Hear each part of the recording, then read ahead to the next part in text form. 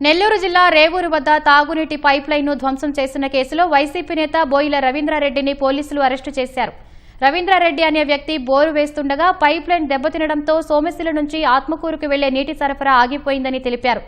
దీంతో ఆత్మకూరు ప్రజలు తీవ్ర ఇబ్బందులు ఎదుర్కొన్నారని చెప్పారు. మున్సిపల్ అధికారులు తాత్కాలిక మరమ్మతులు చేసి తాగునీటి ఎద్దడిని కొంతమేర అరికట్టారన్నారు. ఈ క్రమంలో పరారీలో ఉన్న బోయిల రవీంద్రారెడ్డిని నెల్లూరుపాలెం వద్ద పట్టుకుని కోర్టుకు తరలించినట్లు సీఐ గంగాధర్ వెల్లడించారు. ప్రభుత్వ ఆస్తులను ఎవరు ధ్వంసం చేసినా కఠిన చర్యలు తీసుకుంటామని హెచ్చరించారు.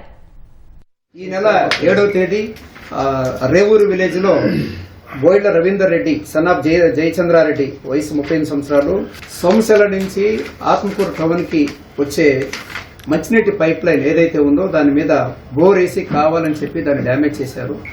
దాన్ని డ్యామేజ్ చేయడం వల్ల సుమారు 8 దినాలు ఆత్మకూరు మున్సిపాలిటీ గానీ చుట్టుపక్కల ఉన్న రూరల్ విలేజ్లు గానీ దాహార్తికి తట్టుకోలేక మున్సిపల్ డిపార్ట్మెంట్ వారు ట్యాంకర్లు పెట్టి తూలినా కూడా తట్టుకోలేని పరిస్థితి ఏర్పడింది. దీని మొత్తాన్ని కూడా కారకుడైనటువంటి బోయిల రవీందర్ రెడ్డి అనే అతని మీద మున్సిపల్ ఏఈ గారు ఇచ్చిన ఫిర్యాదు పైన కేసు నమోదు చేయడం జరిగింది.